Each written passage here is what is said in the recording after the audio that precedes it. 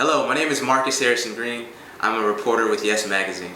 On Friday, I did an article entitled, "Can Bernie Sanders Win Over Black Lives Matter? He Seems to Be Trying." The article detailed Sanders' attempts to reach out to the Black Lives Matter movement. As fate would have it, on Saturday, two members affiliated with the Black Lives Matter movement of Seattle interrupted Sanders before he was able to appear at a rally held in downtown Seattle. They talked about the concerns that they feel are not being brought to the forefront of conversation in this country, including the deaths of Black Americans at the hands of police officers around the country. What's lesser known is that there's a third member of the group. His name is Amir Islam, and Islam acted as security for the two ladies, allowing them to speak for the duration of the event. I was able to sit down with Islam earlier today in his first interview that he has done so far, and we discussed Saturday's action, and we also discussed the future of racial relations in this country. Please take a look. Thank you. There are a lot of people who might not know exactly how you were involved with the demonstration on Saturday. Could you just kind of sort of walk us through that a little bit? And like, what happened in your words?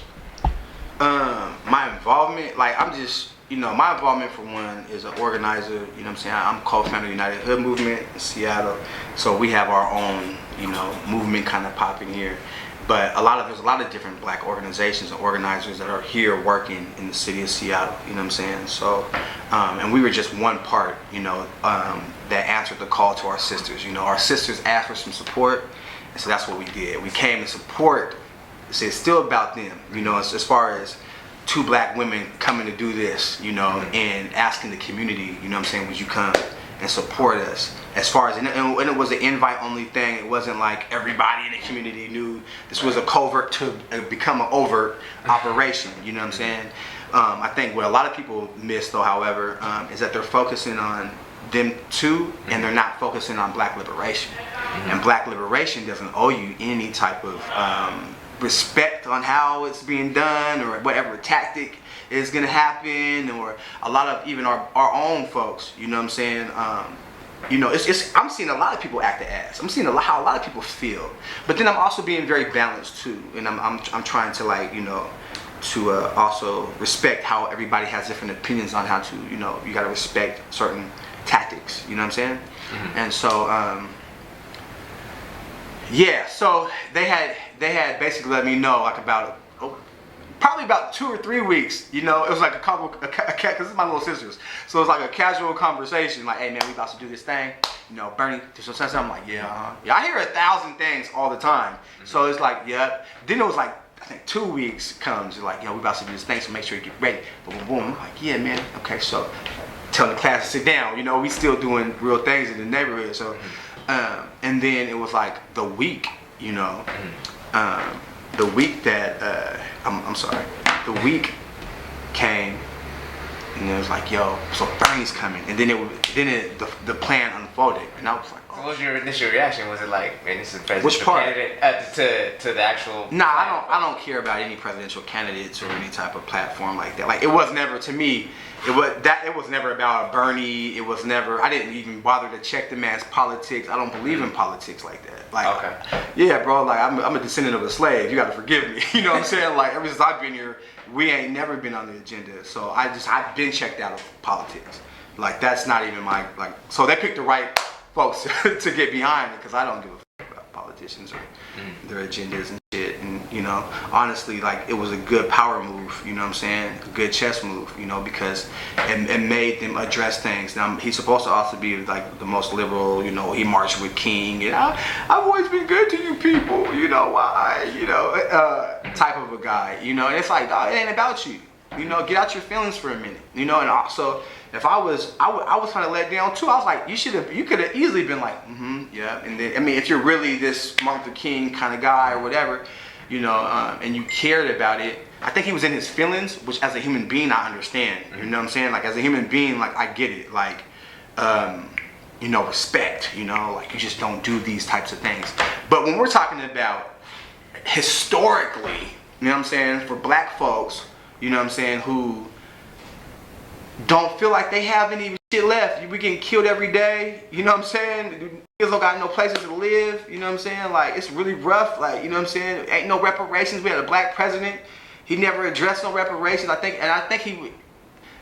he said he wasn't gonna, like, you know what I'm saying? It's like, we're so far behind, you know what I'm saying? So with all of those, I'm sorry, yeah, I'm damn near dumbfounded. Yeah, go ahead. No, so with some of the criticism that has been sort of laid at the feet of you guys in terms of this could have been, you could have used better tactics, this could have been handled in a different way.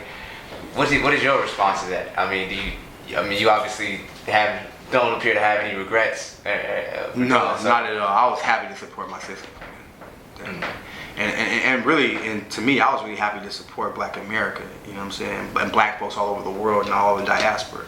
Like, it's not on to that. But go ahead. So are you surprised that so much has happened, that there has been so much media attention, paid to this, and not just the media attention, but that so much has happened afterwards in terms of, you have Hillary Clinton sitting down with Black Lives Matter protesters to talk with them. You have. Did she sit down with them? She did. And what happened? They still haven't released what's come from that. Okay. But you had Bernie Sanders, who released his racial justice platform. When did he do that? The next day. Oh, okay. After the next day after the interruption, and then you have even Donald Trump weighing in on Black Lives Matter and saying that we need to cheerlead, for our race relations, and we need to improve race relations, and we need to give more jobs to people, create more jobs to people, in order to sort of remedy things between the races. I can't believe it.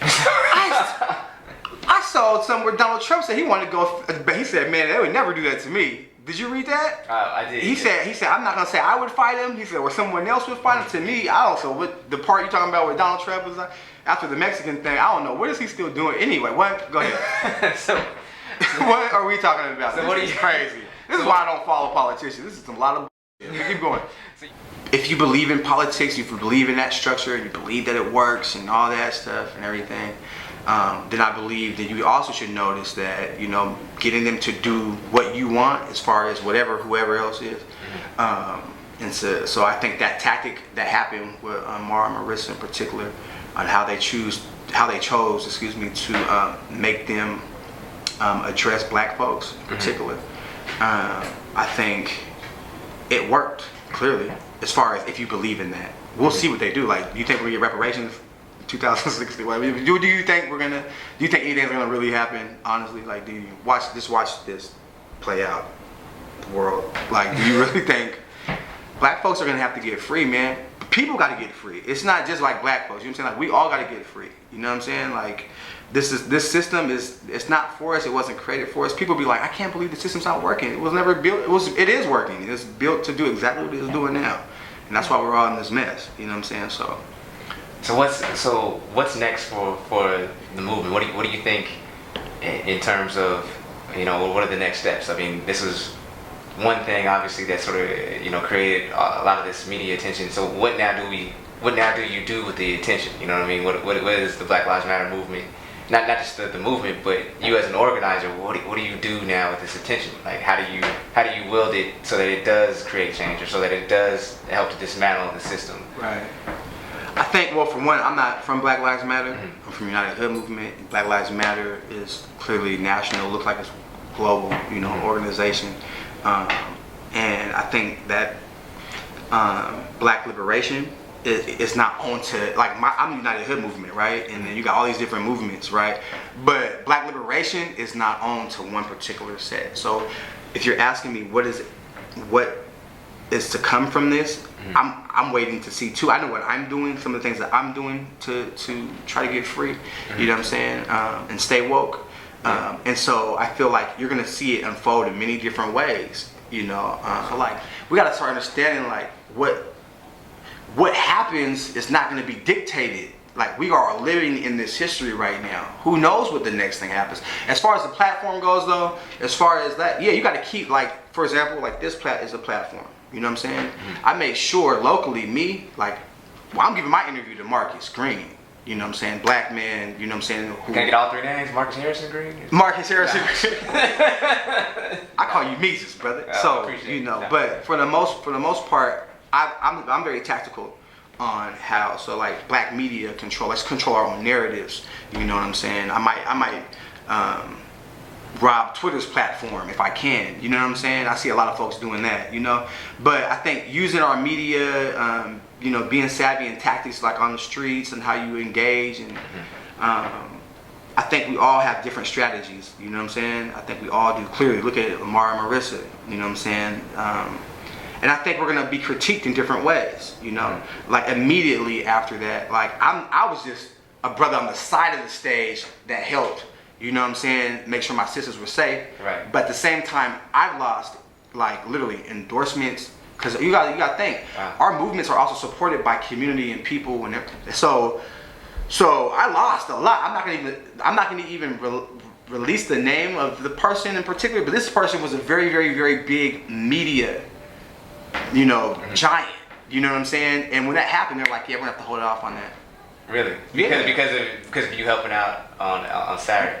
Yeah, so just for me being on stage, and just for me like helping my sisters, and just for us, for Black Liberation, whatever, for our views, how we just choose to get down. I lost immediately. On Friday they called us, they were excited. I was like, oh, they're gonna be behind us. We can get some kids some backpacks and this. We do amazing things, programs. Oh, it's crazy.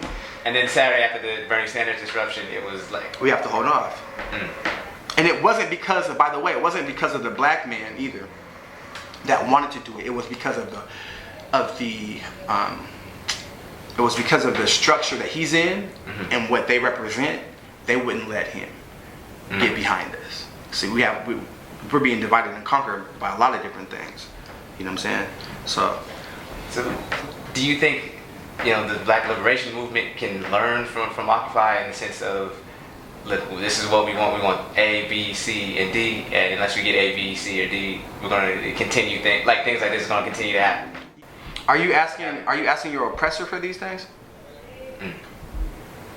Is that who you're asking? I think there's history of we've been asking for a lot of shit. So I don't have to get too. You just Google. Right. I mean, shit. We've been asking since we got here. Please take us back. Right. Please, we don't. Oh, stop whipping me. Oh, stop. And we've been asking. So he said, make up another list of demands and send it to the man, and he'll take off your social security number off your bag and say, you don't owe nobody nothing. You know what I'm saying? Like, you can just live. No, I don't think that's gonna happen. So I don't know, man. That analysis is like, I feel like if you want to get free, do whatever you got to do to get free, man. Your route is basically like a true organizing, like in terms of. What does that mean? I got recently labeled as an organizer, man, and I'm like, yo, like I'm just trying to survive. I'm a connector, you know what I'm saying? I connect with people. I try to make some moves. I try to do some things, you know what I'm saying? I try to, you know, be righteous as possible. I strive for that, but I'm a human being like everybody else, you know? The way, like, for example, like they're digging in Mara and Marissa's, like their history, like, oh, she comes from a Tea Party family, and you know, accused of being a Sarah Palin supporter. Oh, she's a Sarah Palin. Mind you, isn't it the same thing that like most like Republicans get blamed for doing? Like when people are trying to do things and they dig and they create these things, and you saw like these white progressive liberals, you saw them instantly, bro. You saw the media like make fake petitions, and I had people hitting me up like, yo, I want you to check this out. Like, you need to find out, hey, the people you're supporting, man, they're agents, you know, they're COINTELPRO, and I'm like, what the? And it's like, if I only haven't, because I saw these people when Tedra Page had got shot. She was 5 months pregnant, and she lost her baby. You know what I'm saying? This is a 19-year-old girl who got shot and lost her 5-month-old unborn child. Yes, and matter of fact, right over here, like a couple blocks from where we're recording it right now. And the same day of our march, right? The same day we did the United Hood Movement March, United Hood March in Seattle or whatever. That same day. And so they were there, they helped with getting the food, they came came to the church, helped with the burial. Like they were supportive. When we went and painted the sidewalks red, black, and green, and now the community loves it, and now the city's like, we love you. They're championing us as heroes.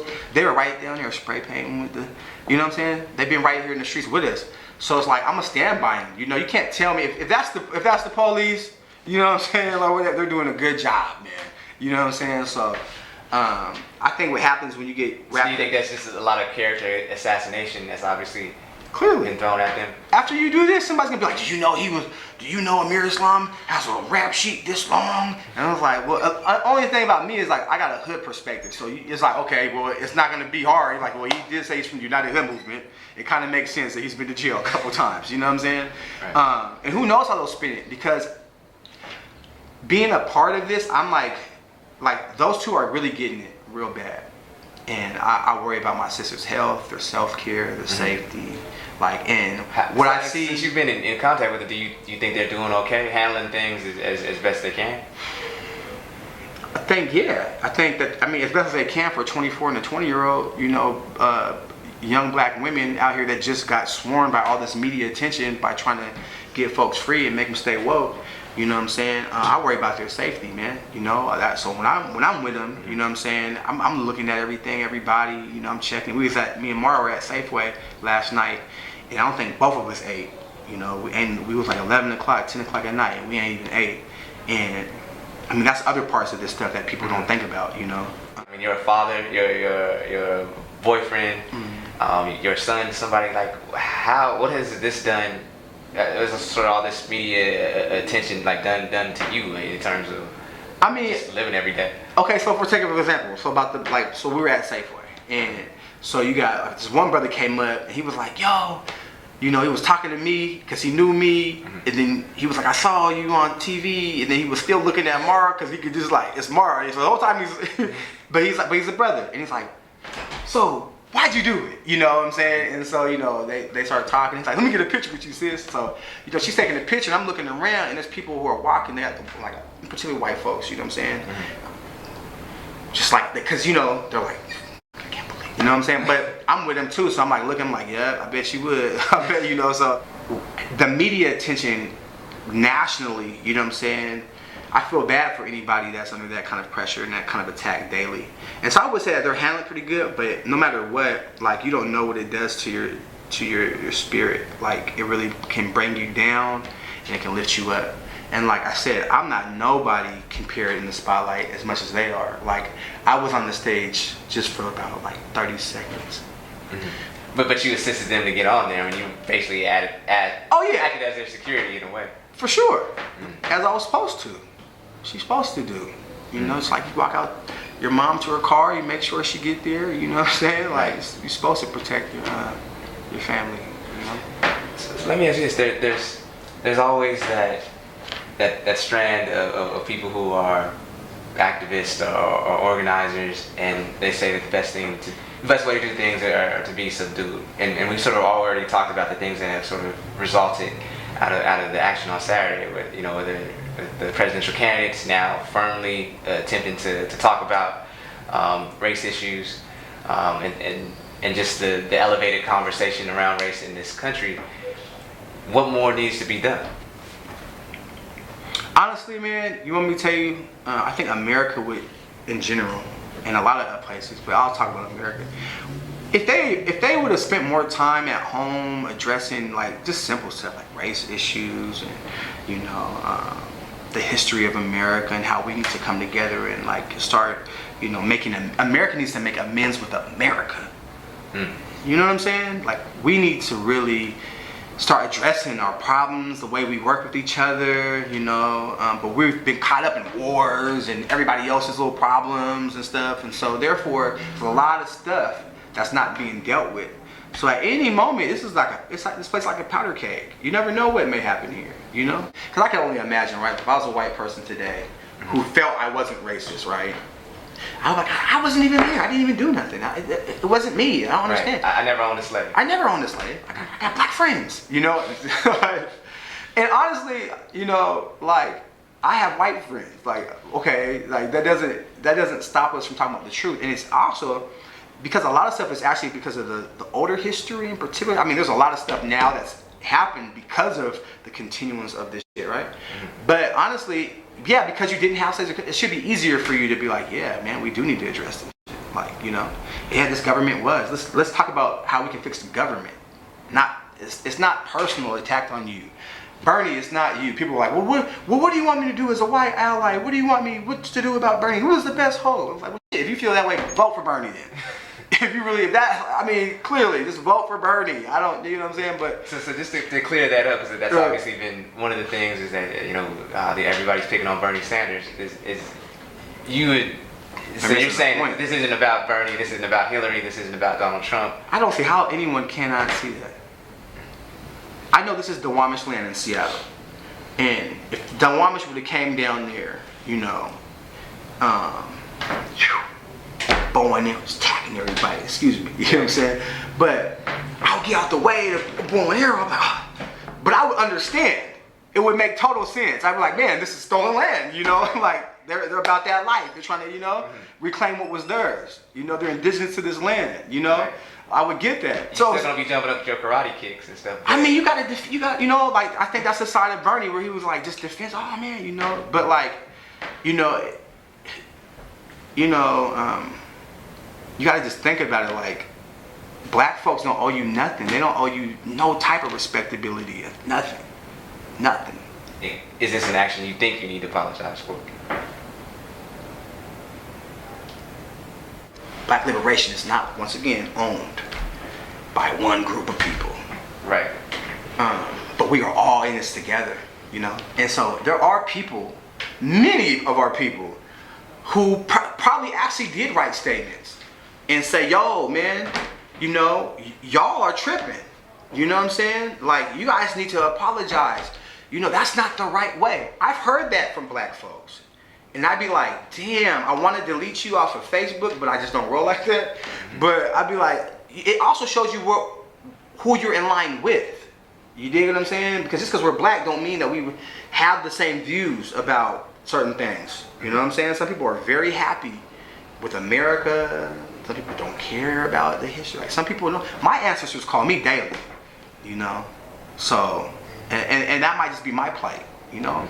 Maybe your ancestors don't call you the same way, but not mine, you know what I'm saying? So as far as an apology and all that, like, no, I'm not with no respectability shit, you know what I'm saying? Like, I'm not off that. I can't, you know, 40 acres in the Cadillac. Is that what you guys coming with for you? You know what I'm saying? Like, so let's say somebody who's watching this and they're white and they're like, you know, I want to try to be an actual white ally.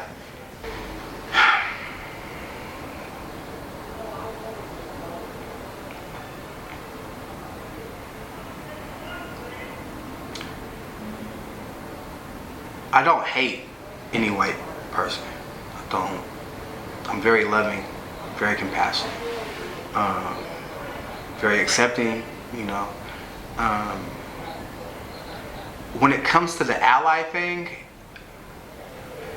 you know, I like folks who do things and don't consider themselves like they have to be the ally. Like, that means like your role. I'm an ally. Like, I like the white folks who are allies, who don't claim to even have to be. They see something that's wrong and they try to correct it, whatever that may be, however that may play out. You know what I'm saying?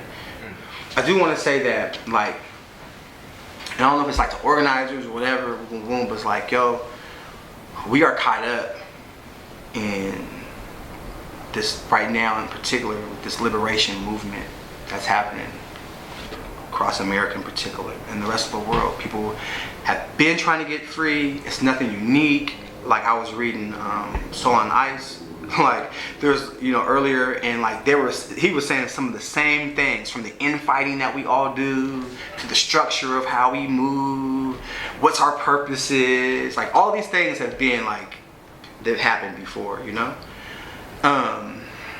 And so we do have, you know, history as organizers, as people, you know, as race, whatever, to go back and dig in. We have our ancestors, you know, we have spiritual power, you know, we have resilience, you know, but there is this level of toxic shit going on, this level of unhealthiness on the ground, people just picking each other apart. You know what I'm saying? And you're not my oppressor, man. So stop acting like that. You know?